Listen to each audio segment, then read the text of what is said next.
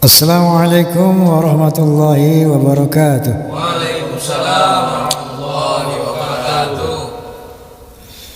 Bismillahirrahmanirrahim. Innal hamdalillah nahmaduhu wa nasta'inuhu wa nastaghfiruh wa na'udzu billahi min shururi anfusina wa min sayyiati a'malina. May yahdihillahu fala mudilla lahu ومن يضلل فلا هادي له أشهد أن لا إله إلا الله وحده لا شريك له وأشهد أن سيدنا ونبينا محمدا عبده ورسوله لا نبي بعده. Amma ba'd. Sebagaimana biasa, saya ingin menyapa fans of Roma Ensoneta, Forza, kemudian PAMDI, Persatuan Artis Musik Dangdut Indonesia, Fahmi Tamami, Forum Silaturahmi Takmir Masjid dan Mushola Indonesia, kemudian Perjuangan Wali Songo Indonesia, Laskar Sabilillah, PWILS, dan juga pejabat Persatuan Pengacara dan Jawara Bela Umat, PIN, Perisai Idaman Nasional, tentunya juga Klaners, dan semua saja yang menyaksikan podcast ini, rahimakumullah. Apa kabar semuanya? Baik? Alhamdulillah khair. Ini kali ini bukan terpaksa ya. Apa istilahnya lebih tepat? Seharusnya. Nah itu. Saya membahas masalah Mbak Alawi kembali ini, karena dalam rangka menyikapi podcastnya Ustadz Rizik Syihab pada suatu podcast yang menurut saya ini tidak fair dan sangat meremehkan persoalan polemik nasab ini, dan yang bisa menimbulkan tuduhan yang tidak fair terhadap orang-orang yang katakanlah mengkritisi kebenaran nasab Mbak Alawi. Oke, kita lihat dulu bagaimana statement beliau ini. Kalau kita bicara soal nasab, ini kan bagian daripada ilmu yang memang di dalamnya tidak lepas dari ijtihad, ya kan? Dari catatan-catatan sejarah dan seterusnya, yang tentunya dalam ijtihad maupun dalam catatan sejarah ada perbedaan-perbedaan di antara ulama-ulama ahli. Nah, soal habaib lah kita katakan. Ya. Kalau ada kelompok yang nggak percaya habaib itu turunan Nabi, nggak ada masalah. Itu hak dia. Hak dia. Ya sama seperti tadi berarti ya. Itu hak dia nggak percaya nggak apa-apa. Ya. Yang jadi masalah pada saat dia melontarkan hal-hal yang gak elok kepada para habaib penipu, habaib pembohong, habaib ini penumpang gelap, habaib ini penjahat, habaib ini nasabnya palsu dan lain sebagainya, dan itu dijadikan propaganda, kampanye. Ini yang bikin gaduh. Kalau ada orang gak percaya habaib itu dan Nabi, kan hak dia. Iya. Sesimpel itu sebenarnya. Sebentar, Anda gak percaya, ya sudah, selesai kan. Nah, ada lagi kelompok muhibbin yang percaya, itu hak dia juga dong. Ini soal percaya nggak percaya, soal trust, itu kan soal hati. Soal hati kan kita kembalikan kepada yang bersangkutan. Nggak bisa juga dong kita paksa orang yang nggak percaya itu harus percaya turunan Nabi ada, nggak bisa. Dan itu nggak boleh. Nah, kita lihat barusan ya, bagaimana statement Ustadz Rizik Syihab yang kayaknya begitu elegan. Begitu lembut, begitu penuh dengan rahmah ya. Dia bilang bahwa ini ada orang percaya sama Habib, nggak percaya nggak masalah. Bahwa ada orang yang menjadi masalah ini, ada orang-orang yang menuduh Mbak Alawi ini pembohong, pendusta, nasabnya palsu, bla bla bla, membuat propaganda sehingga membuat keresahan di kalangan umat. Ini secara tidak langsung dia telah menyudutkan tokoh-tokoh yang secara ilmiah, secara faktual yang membuka bahwa nasab Alawi ini palsu. Nah, bahwa dia mengatakan menuduh Habib-Habib ini pembohong, penjahat. Benar nggak dia pembohong? Enggak. Hah? Enggak, maksudnya Habib apa Jadi gini, khurafat? kenapa muncul sikap kritis daripada para ulama yang diawali oleh kemudian Kiai Haji Imaduddin Utsman, ya. Nah, ini kemudian diikuti oleh ahli biologi, yaitu Dr. Hugeng Sugiharto, yang menyatakan bahwa DNA-nya nggak nyambung. Muncul lagi Profesor Ibrahim Ari yang mengatakan secara filologi, data sejarah, secara artefak, bahwa mereka bukan orang Arab. Nah, jadi kenapa ini muncul tesis Kiai Imaduddin dan para ulama semuanya? Kenapa ahli biologi muncul? Kenapa ahli biologi muncul? Karena adanya, ini loh, karena adanya tindakan-tindakan, perlakuan dari habaib yang memang satu merusak akidah umat Islam. Contohnya apa? Dengan mengglorifikasi leluhur-leluhurnya, ya, bahwa yang viral itu faqih muqaddam mi'raj 70 kali satu hari. Kemudian ada yang bisa memadamkan api neraka, ada yang bisa menurunkan hujan susu, ada yang bisa menurunkan rantai emas. Ini khurafat-khurafat yang bisa merusak akidah umat. Satu, menyebarluaskan khurafat-khurafat ini. Tujuannya untuk membuat pendengar ini yang tidak menggunakan akal sehat akan begitu terpengaruh dan akhirnya tunduk patuh taat karena kehebatan leluhur mereka. Nah, sementara mereka tidak pernah mengagung-agungkan pada Rasulullah, bagaimana kehebatan para sahabat, nggak ada gitu. Selalu mengagung-agungkan leluhur mereka. Ini pembodohan, penyesatan secara akidah. Satu, yang Rizik bilang biasa-biasa aja, mau percaya mau enggak. Yang kedua, dari sini terjadilah penjajahan spiritual. Ya, kita melihat bagaimana mereka menyembah-nyembah para habaib ini. Kemudian hal lain lagi, bagaimana mereka menghina ulama-ulama Indonesia, bahwa seorang habib yang bodoh bahkan kakinya lebih mulia daripada 7 ulama yang alim. Bukan biasa-biasa saja ini, bukan nggak ada apa-apa. Dan ini bukan berita bohong bahwa katanya dibilang Habib pembohong. Emang dalam hal ini, oke? Nah, kemudian dari pembodohan ini, cerita-cerita khurafat, begitu umat takluk tunduk, terjadilah yang namanya penjajahan ekonomi.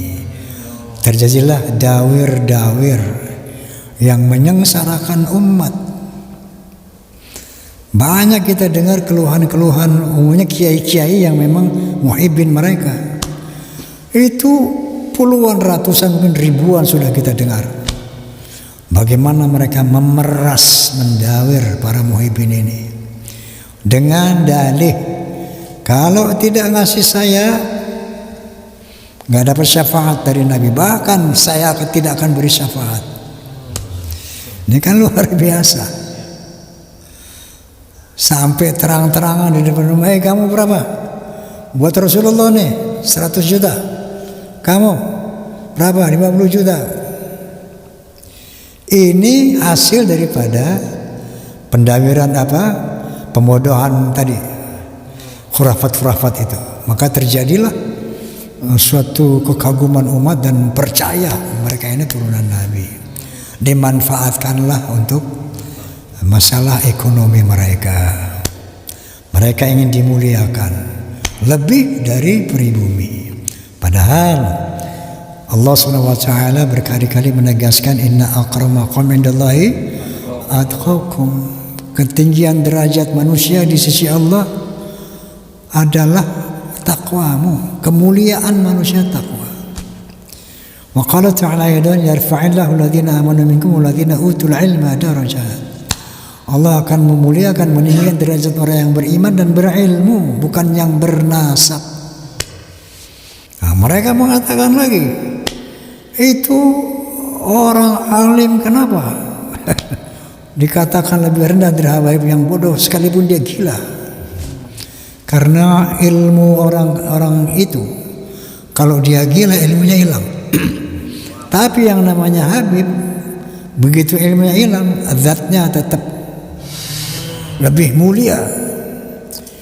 Sementara ini nggak ada dalil dalam Al-Quran wal Hadis bahwa darah atau turunan itu menjadi perhitungan di dalam, bahkan jangankan perhitungan yang utama, dihitung aja sama Allah tidak. Sampai Allah menegakkan, fa idza nufikha fis suri fala ansaba bainahum yawma idzin wala yatasaalun. Nanti ketika sangkakala ditiup, orang udah mati dibangkitkan, apa kata Allah? Fala ansaba bainahum. Enggak ada lagi tuh urusan nasab, enggak ada artinya nasab. Faman thaqulat mawazinuhu fa ulaika humul muflihun wa man khaffat mawazinuhu fa ulaika alladziina khasiru anfusahum fi jahannam khalidun. Yang dihitung adalah kalau seseorang timbangan amal ibadahnya berat, itulah orang yang beruntung. Bukan yang nasabnya nyambung, enggak ada tuh di Quran. Tapi barang siapa yang amal ibadahnya ringan, fi jahannam khalidun, masuk dalam neraka dia. Ini yang ditegaskan Rasulullah SAW berkali-kali saya utarakan. Al-jannatu lil muttaqina walau kana 'abdan habasyian wan naru lil asina walau kana sayyidan qurasyian hasyimian. Surga itu tempat orang bertakwa walaupun dia budak dari bangsa Habsyi, walaupun dia anak Tanah Abang, anak Jawa Tengah, anak Jawa Timur, anak petani, anak Depok, tukang apa tuh, colen. Kalau dia bertakwa, surga tempatnya. Tapi sebaliknya Nabi menyebutkan, walau dia sayyid, wah itu saya turun Nabi itu, sayyidan Quraisyan, walau dia termasuk Bani Quraisy, Hasyimian, Bani Hashim, turunan Nabi, enggak masuk surga, dia masuk neraka kalau dia bertakwa. Nah ini menjadi terhapus oleh doktrin-doktrin mereka. Ini kan namanya pendangkalan akidah. Nah ini sama Ustadz Rizik Syihab disepelekan, ini enggak ada habis-habis saja. Yang mau percaya boleh, enggak boleh. Kenapa Kiai Madudin, Kiai Haji Nur Ihya, Kiai Marzuki Mustamar, Kiai Fulan, banyak kiai, tokoh-tokoh banyak, mulai dari anggota DPR, politisi, semua pada bunyi. Kenapa? Memang melihat bahayanya gerakan-gerakan Bahlawi. Jadi bukan sesederhana itu, tidak. Bukan yang mau percaya silakan, yang beres kan? Enggak begitu. Lihat bagaimana mereka merencanakan menguasai Indonesia. Pertama tadi pendangkalan akidah, dilemahkan dulu akidah umat, bikin percaya 100% bahwa kami turunan Nabi, dalam darah kami mengalir darah Nabi, diyakinkan dulu itu umat. Setelah diyakin didawir, Diperes dari ekonomi. Itu kan faktanya. Nah, ada bikin kuburan-kuburan palsu, ribuan kuburan palsu. Ini sejarah membuktikan bahwa bangsa Israel, Yahudi mau menguasai Palestina sebelumnya dibuat dulu tuh kuburan-kuburan palsu.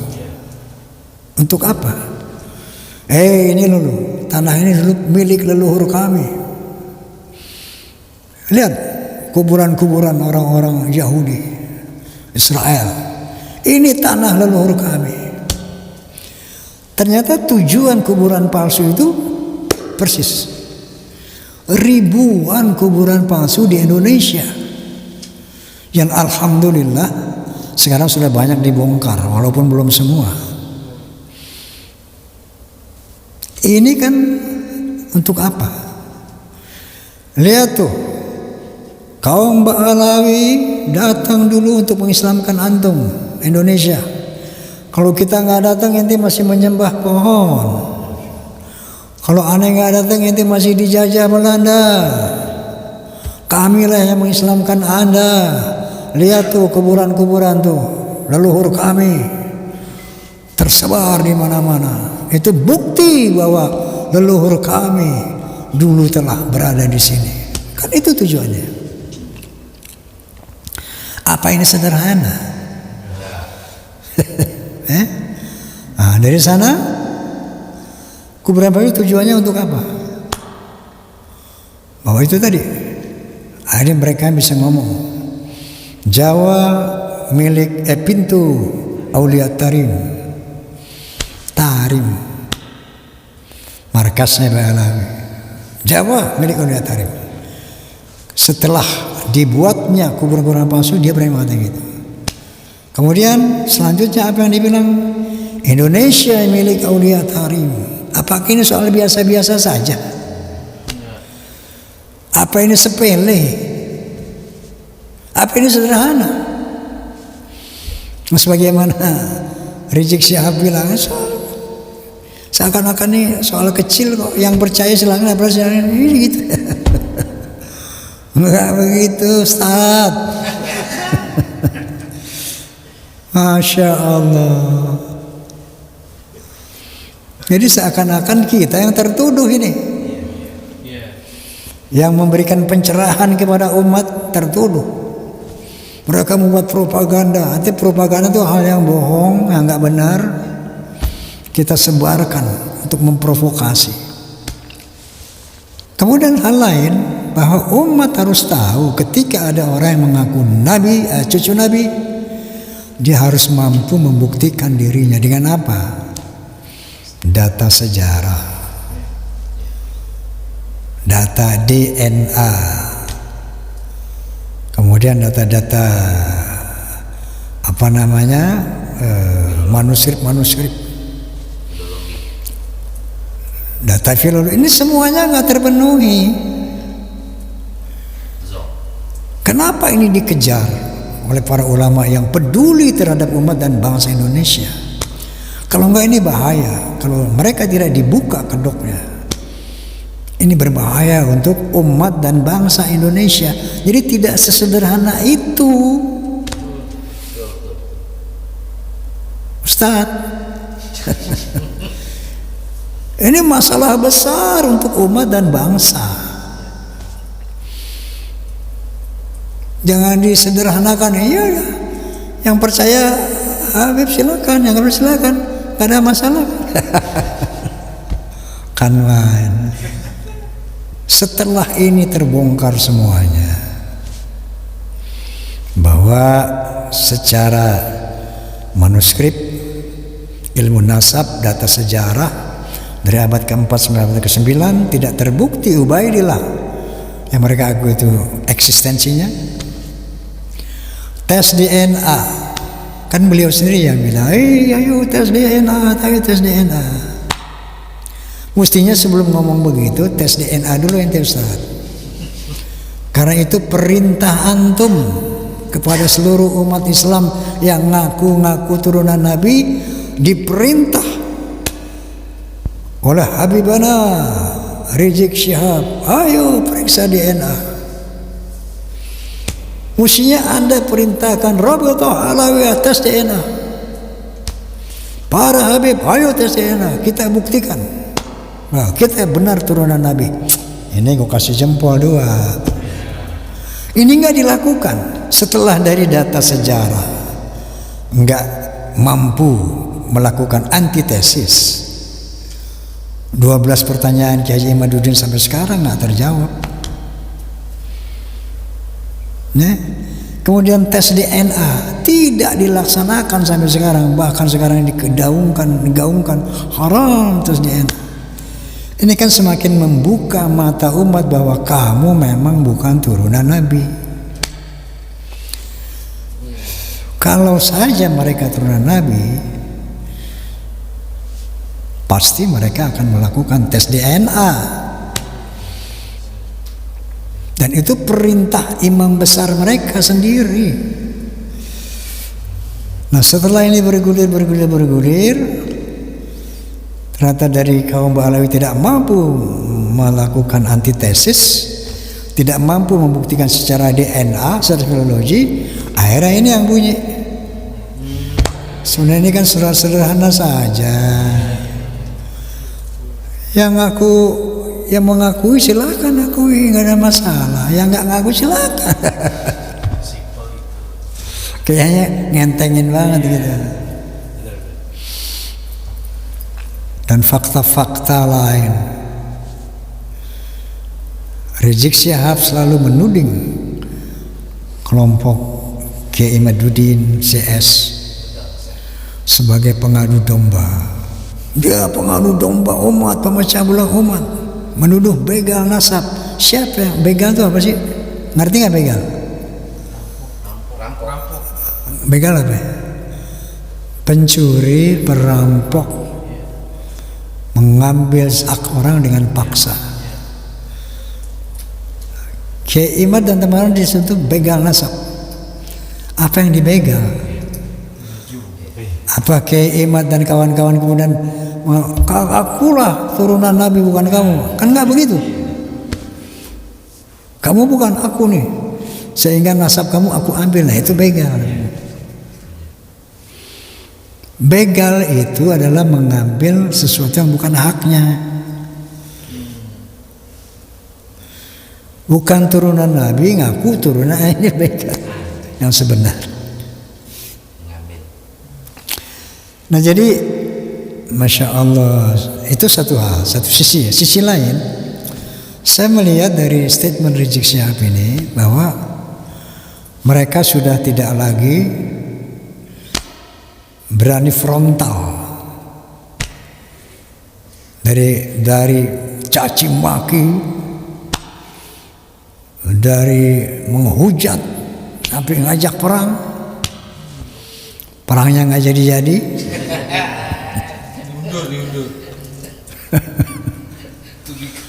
Nah, rupanya nggak mempan juga. Nah, akhirnya sekarang ini udah melemah. Kalau saya lihat, ya udahlah. Yang percaya silakan, yang nggak percaya silakan. Udah begitu. Oke, dari sisi positifnya nih oke, ya. Nah, kita berharap ini terus berkembang. Dari tensi yang turun, kita berharap satu saat, oh ternyata memang benar kita bukan turunan Nabi. Kita sudah tes di DNA. Ini loh haplu grup saya. Ternyata kami bukan turunan Nabi. Yuk, saya minta maaf kepada bangsa Indonesia atas kelakuan teman-teman dari Ba'alawi. Kami bertobat kepada Allah Subhanahu wa taala. Karena masa depan kita adalah akhirat, ya Allah. Kalau ini dilakukan oleh Habib Rizik Syihab, Ustaz Rizik Syihab, itu harapan kita.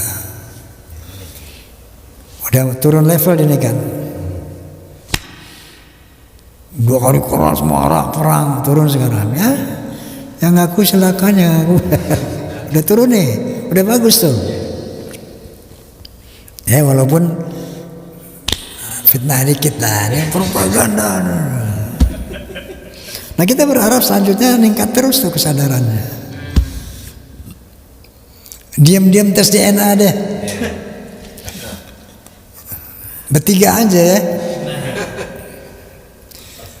Imam besar, ketua Rabithah, sama satu lagi tuh. Yang ngaku-ngaku ada darah Nabi. Itu bertiga tes DNA. Diumumkan ke publik. Wahai umat Islam, kami bertiga telah tes DNA. Nih hasilnya. Ternyata kita turunan Nabi J1. Atau ternyata kita bukan turunan Nabi G haplogrup kita. Kalau kita turunan Nabi, yuk kita berakhlakul karimah sebagaimana akhlak Rasulullah, kan begitu. Kita turunan Nabi, yuk kita berakhlak sebagaimana akhlak Rasulullah. Begitu kita G, kita bertobat kepada Allah Subhanahu wa taala, minta maaf kepada bangsa Indonesia yang setelah dihina, dihujat, direndahkan, didakwir. Barulah kita ngopi bareng lagi. Enggak? Kalau perlu main orkes lagi bareng-bareng. Teman main orkes saya dulu ya Habib-Habib, yang joget juga Habib-Habib. Balik lagi kayak dulu, berteman lagi kan asik. Kalau sudah jelas status kita, nggak ada lagi tuh kasta-kasta. Asik kan? Sesuai dengan terminologi Islam. Inna akramakum indallahi atqakum. Masya Allah. Ketinggian derajat kita insya Allah takwa kita. Nasab nggak berlaku di akhirat. Dan baru sekarang mantunya Ustaz Rizik ini berani bisa ngomong. Ada membanggakan nasab, nggak ada artinya itu nasab di sisi Allah gitu kan. Dan dia menegaskan lagi bahwa nggak ada artinya itu nasab, ngaku-ngaku nasab nggak ada artinya itu. Nah kalau nasabnya nyambung, buktinya itu Abu Lahab, Abu Jahal masuk neraka yang ngaku-ngaku nasabnya nyambung. Jadi di hadis itu Nabi sebut al-faqru fil ahsab, membangga-banggakan nasab juga perbuatan jahiliyah. Kita tegaskan tuh di mana-mana. Sombong dengan nasab, membangga-banggakan nasab, bahkan mengandalkan nasab sampai nggak beramal soleh, nggak berilmu, itu perbuatan jahiliyah jelas. Kalau gara-gara nasab orang bisa mulia, Abu Lahab sama Nabi, bos. Jadi ada satu perubahan yang luar biasa ya. Ya, bertolak belakang antara dulu dan sekarang. Oke lah, kita syukuri ini, oke? Nah, kita harap dari sini meningkat lagi sampai kepada satu pengakuan. Ini kita tunggu nih, ya, masya Allah. Ternyata setelah kami teliti, setelah kami tes DNA kami, ternyata kami bukan turunan Nabi. Saya mohon maaf kepada Kiai Imaduddin Utsman, kepada umat Islam Indonesia. Memang kami bukan turunan Nabi. Yuk kita dekat ukhuwah Islamiyah. Ini keren. Betul nggak? Betul. Allahu Akbar. Takbir. Allahu Akbar. Ya kita harap begitu ya. Baik. Itu kira-kira yang harus saya sampaikan kepada umat ya. Juga tentu kepada Pak Alawi bahwa berkali-kali saya utarakan coba introspeksi. Teman-teman Pak Alawi nih, coba introspeksi, muhasabah. Karena ngeri ya Allah, ngeri.